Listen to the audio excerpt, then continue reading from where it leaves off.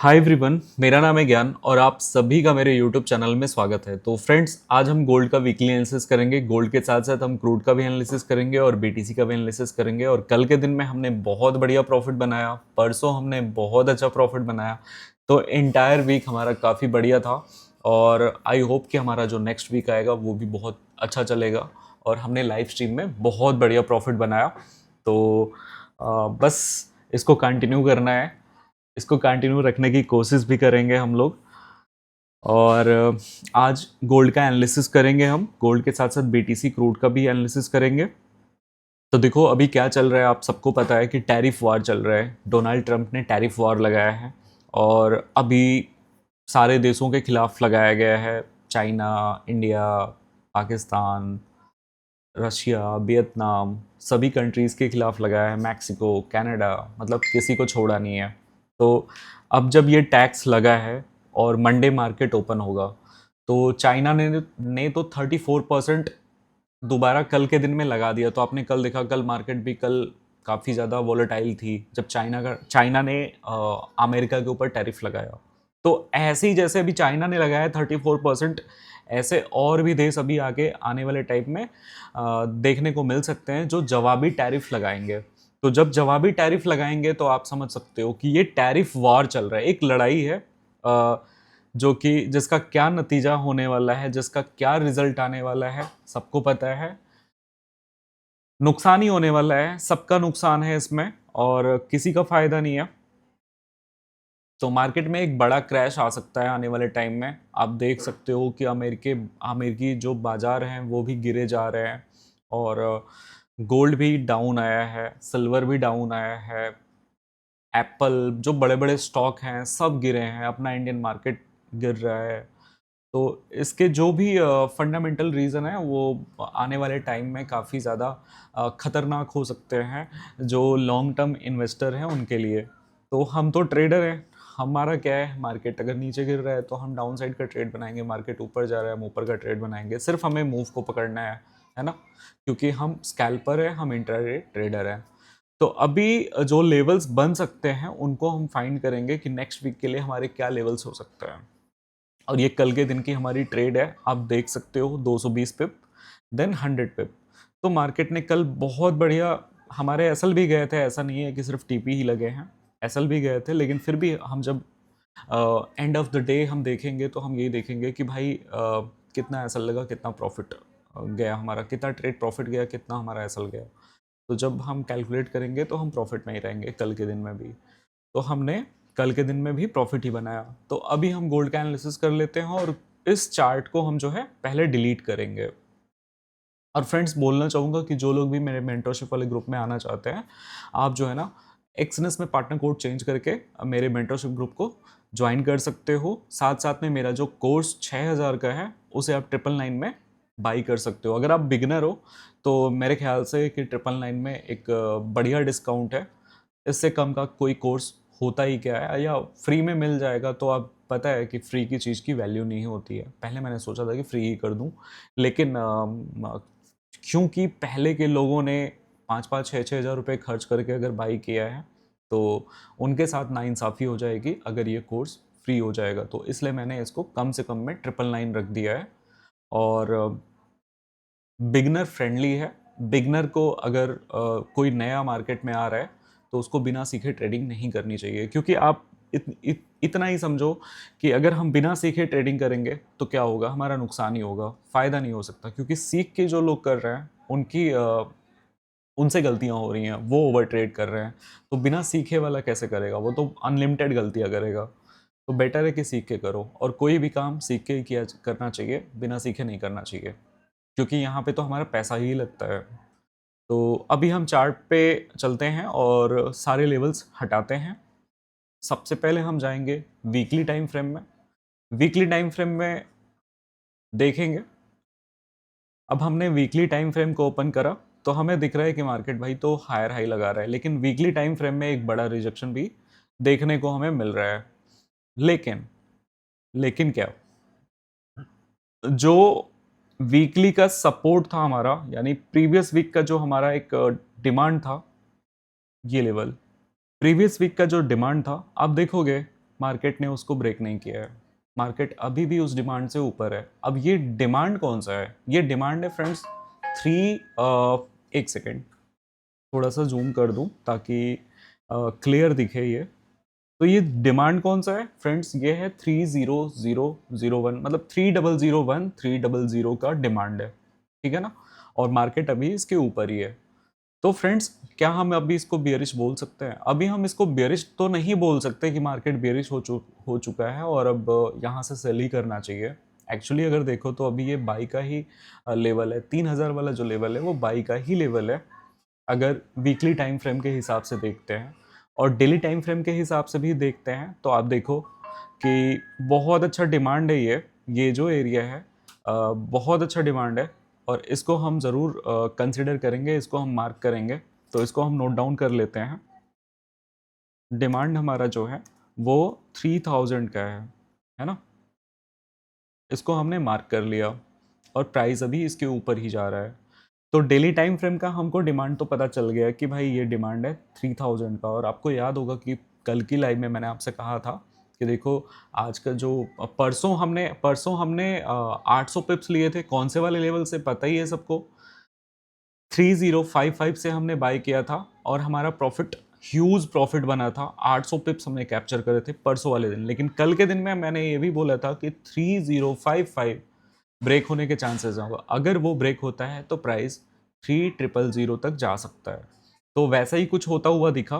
Price आप देखोगे तो 3015 तक आया कल के दिन में। तो वो लेवल भी काफ़ी क्रुशल लेवल है, इस लेवल को हम ज़रूर मार्क करेंगे क्योंकि मंडे जब मार्केट खुलेगा और मंडे के दिन में क्या है, ये मंडे के दिन में फ्राइडे वाला जो लो है ये डिमांड की तरह से काम करेगा, सपोर्ट की तरह से काम करेगा। तो इस लेवल को भी हम ज़रूर मार्क करेंगे। तो 3015 को भी हम मार्क कर लेते हैं। और फ्रेंड्स आप लोग बोलते हो कि लेवल्स मैं कैसे लगाता हूँ, लेवल्स लगाना मुझे बताओ, सिखाओ।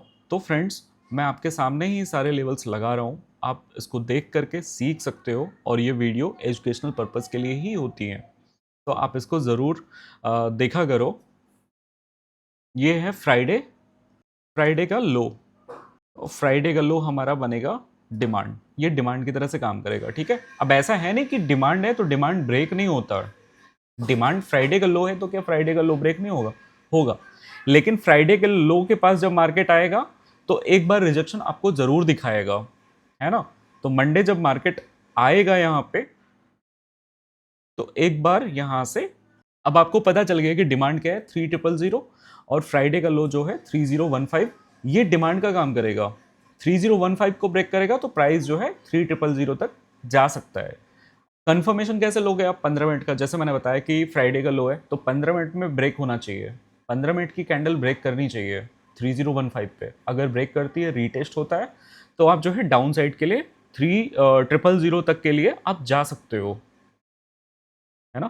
15 मिनट की कैंडल अगर क्लोज करती है, मान लो फॉर एग्जांपल ऐसे ब्रेक होता है और ब्रेक होने के बाद इस तरह से रीटेस्ट भी हो जाता है, तो हम इसको यहाँ तक के लिए सेल कर लेंगे। 3000 तक के लिए हम सेल कर लेंगे। चलो, तो ये तो मान लो हमें पता चल गया कि अब ये डिमांड है, पर हमारा रेजिस्टेंस एरिया क्या हो सकता है? तो रेजिस्टेंस फ्रेंड्स क्या है हमारा? रेजिस्टेंस हमारा ये लेवल है, जो हमारा प्रीवियस हाई लगा हुआ है, यही हमारा रेजिस्टेंस। और वीकली कैंडल का हम फिब लगा लेते हैं। वीकली कैंडल का अगर हम फिब लगाते हैं तो वो एरिया निकल करके आएगा 3076।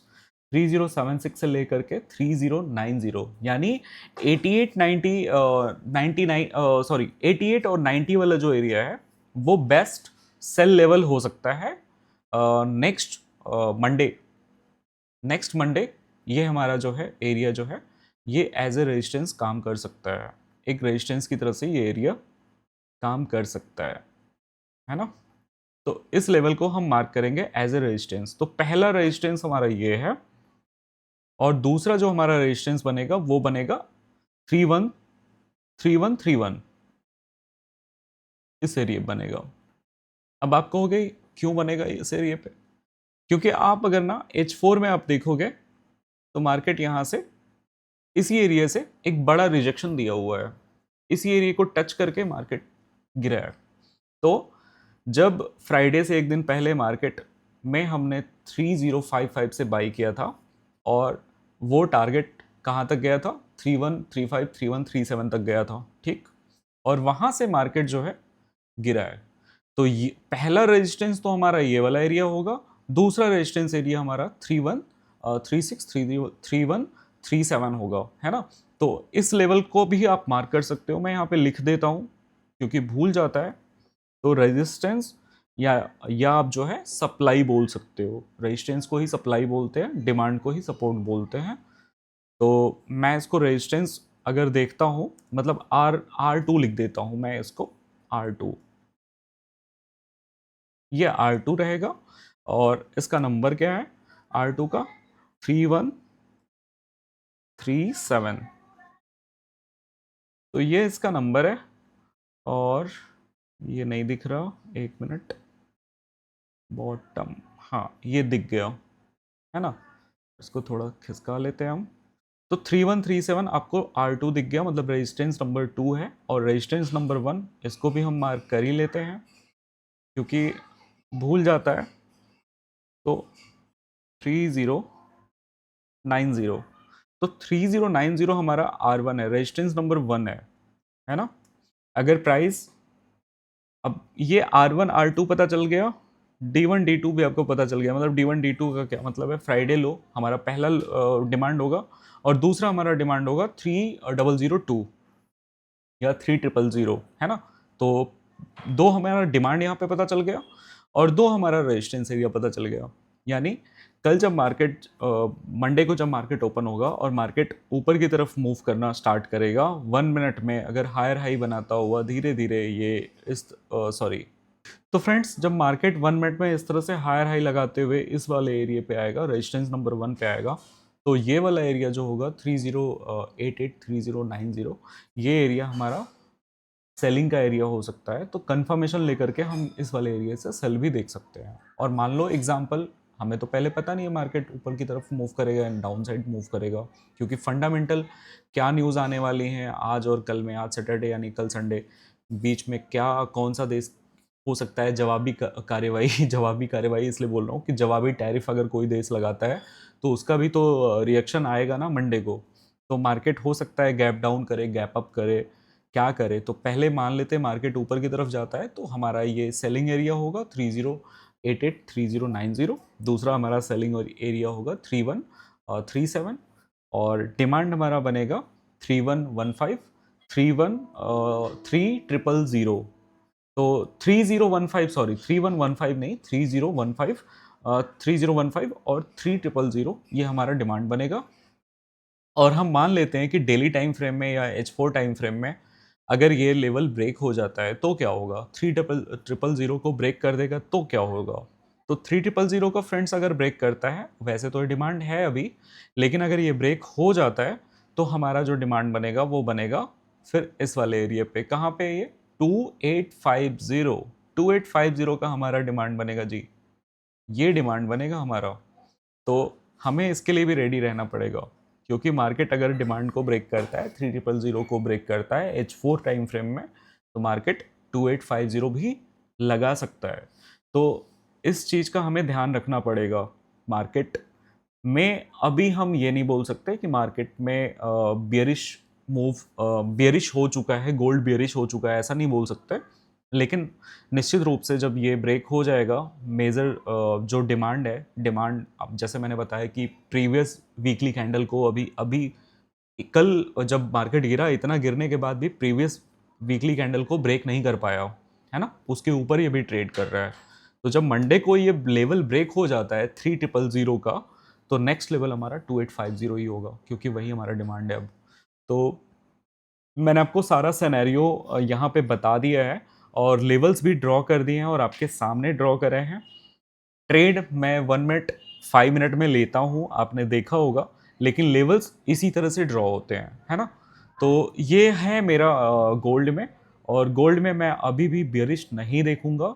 3000 वाला एरिया जो है वो कंफर्मेशन अगर मुझे देता है तो मैं वहाँ से बाई देखूंगा, और 3000 को अगर ब्रेक करता है, क्योंकि मैं प्रॉपर एसएल के साथ काम करूंगा, चांस लूंगा 3000 पे क्योंकि डिमांड है। और मान लो वहाँ पे मेरा एसएल जाता है और कोई कंफर्मेशन देता है, जैसे मान लो कि H4 टाइम फ्रेम में ब्रेक कर देता है 3000 को और रीटेस्ट हो जाता है, तो मैं 2850 तक इसको सॉरी 2850 तक इसको मैं सेल भी कर सकता हूँ, है ना। तो अगर मुझे यहाँ पे कंफर्मेशन दे देता है गोल्ड, तो फिर मैं सेल भी देख लूँगा। तो मैं यहाँ से पहले बाई का देखूँगा, और मेरा एसएल जाता है, यानी अगर मान लो इन केस मेरा एसएल चला जाता है, तो फिर मैं निश्चित रूप से इसी वाले एरिया से सेल की तरफ जाऊंगा। क्योंकि मार्केट में हम ट्रेडर हैं, तो ऐसा नहीं है कि हम गलत नहीं हो सकते, हम गलत हो सकते हैं, हमारा एनालिसिस गलत हो सकता है, लेकिन स्मार्ट ट्रेडर वही है जो मनी मैनेजमेंट और एसएल लगाता है। तो इस बात का ध्यान रखना। हम क्रूड ऑयल पे आ जाते हैं, और ऊपर के लेवल भी मैंने ड्रॉ कर दिए हैं सारे, तो आप इसको देख लेना। और ये एनालिसिस है, 100% कुछ भी नहीं होता, तो एज ए इसको एजुकेशन की तरह से आप ले सकते हो। अब क्रूड ऑयल में आते हैं, तो फ्रेंड्स क्रूड ऑयल में सबसे बड़ी गिरावट हुई है लास्ट फ्राइडे। इतनी बड़ी गिरावट आप मतलब अभी तक नहीं हुई थी। बार बार मार्केट इस वाले लेवल से सपोर्ट ले ही लेता था, आप देखोगे बार बार मार्केट सपोर्ट लेता था। लास्ट टाइम जब ये आया था 10/9/24 को आया था, और उसके बाद लास्ट टाइम 25 5/3/25, मतलब 5/3/25, फिर 24 में आया था। फिर इसके इधर भी देखोगे ना, तो मार्केट इधर काफ़ी टाइम सपोर्ट लिया है। आप देखो फिर ये कौन सा है, ये 23 का है, तो 23 में भी मार्केट ने सपोर्ट लिया था। मतलब आप देखोगे तो ये 19 के बाद ये लो लगा है, 19 के टाइम पे मार्केट इधर आया था और अभी यहाँ पे आया है। तो मार्केट कितना नीचे आ सकता है फ्रेंड्स। मार्केट का जो लो मुझे दिख रहा है ना, स्ट्रॉन्ग, मतलब क्या बोले, स्ट्रॉन्ग लेवल, बिल्कुल स्ट्रॉन्ग लेवल। इसके नीचे जाना नहीं चाहिए। अगर इसके नीचे ब्रेक हुआ तो फिर क्रूड को संभालना मुश्किल है। वो कौन सा लेवल है, 57। अगर 57 ब्रेक हो गया क्रूड ऑयल में, तो फिर क्रूड ऑयल को बचाना मुश्किल है। फिर तो क्रूड ऑयल पाताल लोक में चला जाएगा, फिर बचेगा नहीं है। क्योंकि बहुत ही स्ट्रॉन्ग लेवल है ये बहुत ही स्ट्रॉन्ग लेवल है। अगर ये ब्रेक हुआ तो फिर ये बचने वाला नहीं है, क्योंकि आप देखो यही लो है। अब इसके बाद ना फिर ये 43 इस वाला सपोर्ट पे आ सकता है, क्योंकि ये लेवल ब्रेक नहीं होना चाहिए। ये लेवल अगर ब्रेक हुआ तो फिर ये बचेगा नहीं।